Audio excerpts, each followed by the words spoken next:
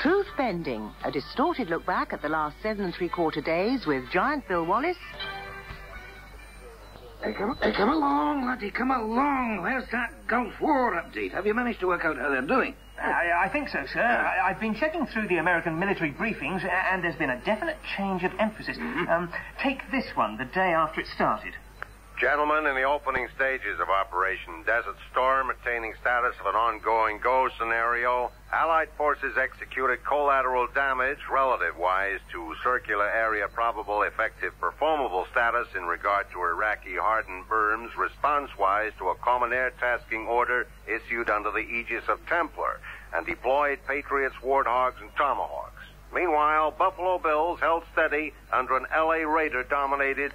See, upbeat, optimistic, we're kicking ass type stuff. Aye, but that jargon, it's impenetrable. What the hell is Templar? A computer, a tactical expert mission planner. Warthogs, Tomahawks, planes and cruise missiles, but Buffalo Bills and L.A. Raiders, no? Yeah, American football teams. He decided to give the Super Bowl results as well. But that was a week ago, so if you listen to the latest briefing, there's a definite change of emphasis. Operation Desert Storm real-time updates present-wise. Relative to the situation briefed previously, ODS has entered a scenario-dependent phase, notwithstanding any regard to ongoing specific hypotheticals as defined by hypothetic specificals on a date-certain, well-defined target line linked to cardboard asymmetrical suppression parameters. We're exhibiting a shortfall in the optimal thought equational forecast. That's easy for you to say, General, but... Caesar? Obviously bad news. Well, if you say so, laddie, how will you get the content over to our listeners? Now that's easy. I prepared an edited version. Here. Operation Desert Storm. It's not going as well as we thought. Very good, laddie, but I think the MOD will probably want you to take out the word not. And that satirical item was in fact subject to broadcasting restrictions. With me now in the studio, I have ex-Ground Forces Chief of Staff Sir Archie Hayhoe Merriweather. Sir Archie, drawing upon your considerable experience as a noted wit and all-round good egg in the Boer War, do you have any opinions on what may happen next? What? No.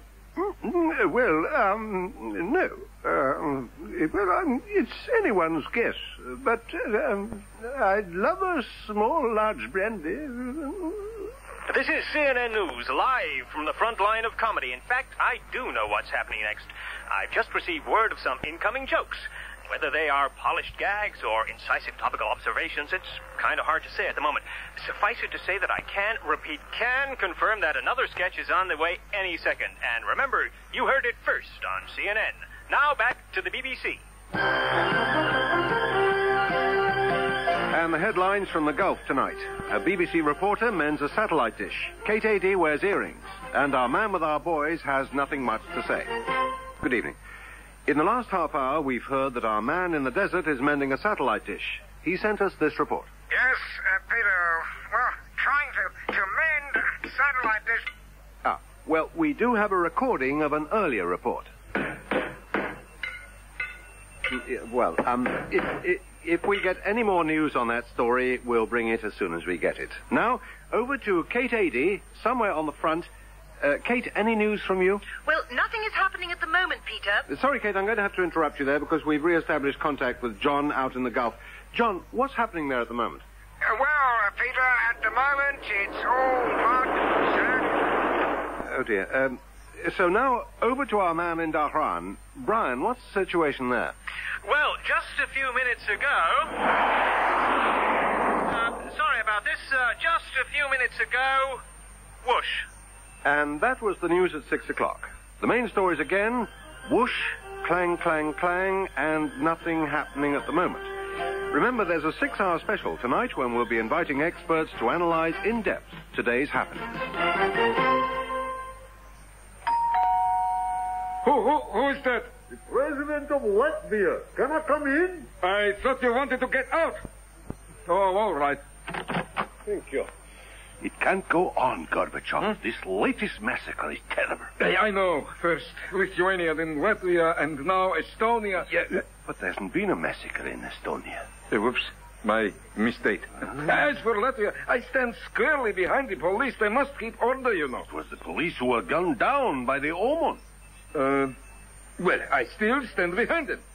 It's not safe to stand in front of them. And another thing, I'm fed up with the interference on my phone. Interference? Kremlin's on the line. Why can't you leave us alone? Try to be logical. I was asleep when I ordered their shootings. However, I'm willing to hold a full investigation. Good. Of course, it may take some time to report. Will it come up with the results? Sure, don't worry. In fact, I've got it here. Now, where did I put it? I don't know why you don't bring in direct rule and have done with it. No need. Everything's worked like a charm. Let me explain. You go for independence. The KGB go for you. Europe cancels food aid. And the hardliners get the blame. I see. So when you sacked all your old liberal friends and replaced them with conservatives... It was just a cunning blind, I assure you. Sorry, Garby, it just doesn't ring true. Why can't you just be honest? Sometimes, honesty is the best policy. You're right. I'm sorry. I'm deeply ashamed. Yeah, wait. Gertz! Take him away and put him against the wall. No. Sorry, but we interrupt this program to bring you an important update on an incredible development in the Gulf. I'm sorry, but we have to interrupt that important update to bring you an important update on an incredible development. I'm sorry, but we have to interrupt that important update to bring you an important update on an incredible development in the Gulf. For the first time since the outbreak of war, there is no important war update from the Gulf. And on that important update, we return you to your normal Gulf coverage. And we can now go to BBC's John Simpson, live in his hotel. John, can you speak to us? Yes, I suppose I could. Are you all right? Yes, I'm fine. The water's a bit cold, but you know... John, whereabouts are you? I'm in the shower. I see you're having to disguise the sound. No, I'm just very, very dirty. John, could you describe to us what's happening there? Yes, certainly, yes. Well, Bob is reading a book. I'm freshening up, and we're all watching CNN News. What can you see outside? Well, over to the right, I can see the sink, and to the left, 3, maybe 4 feet away, there's what looks like a towel rack, although it might be a radiator. I can't see too clearly. Dr. Runcie, we have a power vacuum. Oh, good. That should get the dust out from under the pews. I mean, between your stepping down and Dr. Carey's enthronement, there will be a period when the Church of England is rudderless and leaderless. It'll be a smooth transition then. Quite. Yeah. But during that time, who will have the job of forgetting Terry? You thought I was going to say Terry who, didn't you? I remember Terry Waite. Oh, yes, his cheerful grin, his perennial good humor. I hadn't seen him in church for ages. Whatever happened to him? And now the rest of the news.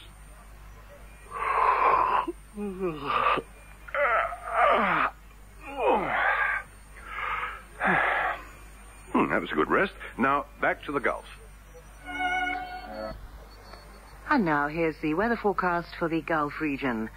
Well, it's quite a changeable picture in store for the whole area, with the persistent low clouds spreading to a few deserty sort of regions, 2 of them beginning with the letter A and the rest of them not. Moving into the afternoon, or round about then, there's a 40% chance of rain along the coast, and a 50% chance that I'm lying. And finally, the outlook for next week. Well, it's more of the same, really. Or something completely different. But I can't give any more detail than that. Goodbye.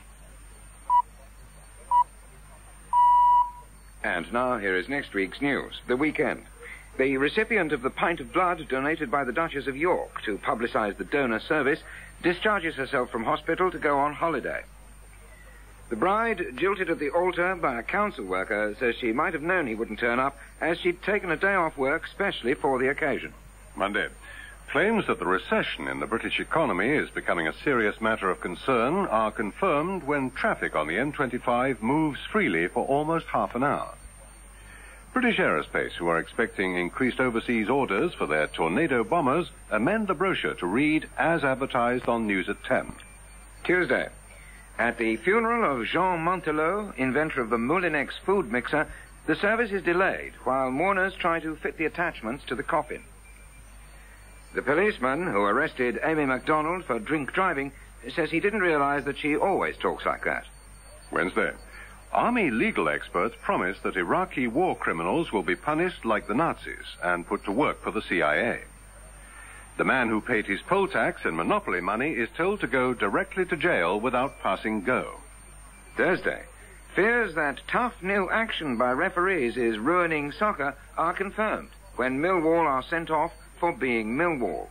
The first meeting of the Lesbian and Gay Police Association ends in chaos when fellow officers raid the gathering and beat up those attending.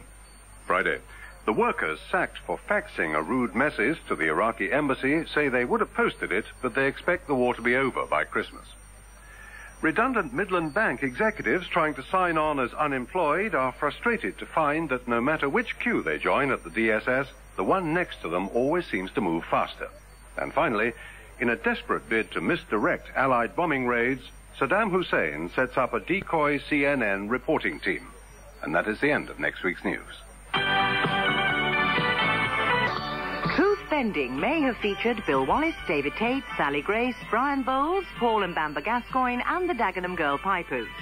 The script was allegedly written by Michael Dines, Barry Atkins, Henry Naylor, Robert Linford, Ian Pattinson, Ole Stepaniuk, C.B. Hatch, John Cowan, Jill Brown and Dave Single, Virgil Tracy, and Ed the Duck. With news lines filed by Peter Hickey, Max Alcock, Dave Dixon, Ben Francis, Peter Pinto de Sar, Rob Millington, Hugh Pugh, Barney McGrew, Cuthbert Dibble and Grubb. The cardboard producer was Diane Macias. Next on Radio 4 News FM, we'll be looking at how the American network, CBS, has been covering NBC's reports of CNN's in-depth analysis of how Australia's ABC has been handling Channel 4's revised programming of Sky Television's broadcasts about BBC Two's extended daytime coverage of France's Canal Plus 24-hour updates of broadcasts. Here on Radio 4 News FM.